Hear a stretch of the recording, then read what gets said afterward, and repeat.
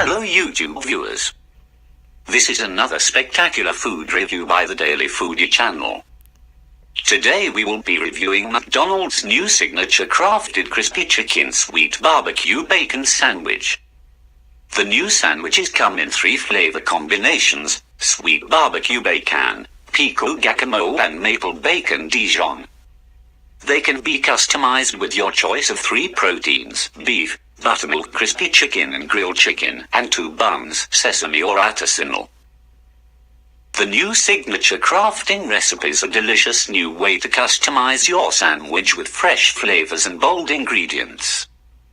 The signature crafted sweet barbecue bacon crispy chicken sandwich we reviewed featured sweet barbecue sauce, applewood smoked bacon, crispy onions, white cheddar, lettuce, tomato with an artisanal bun.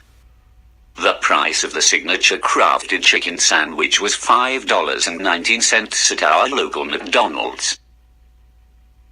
I give this signature crafted chicken sandwich a Daily Foodie score of 6 out of 10.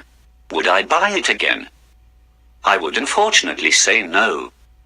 The barbecue sauce didn't really stand out.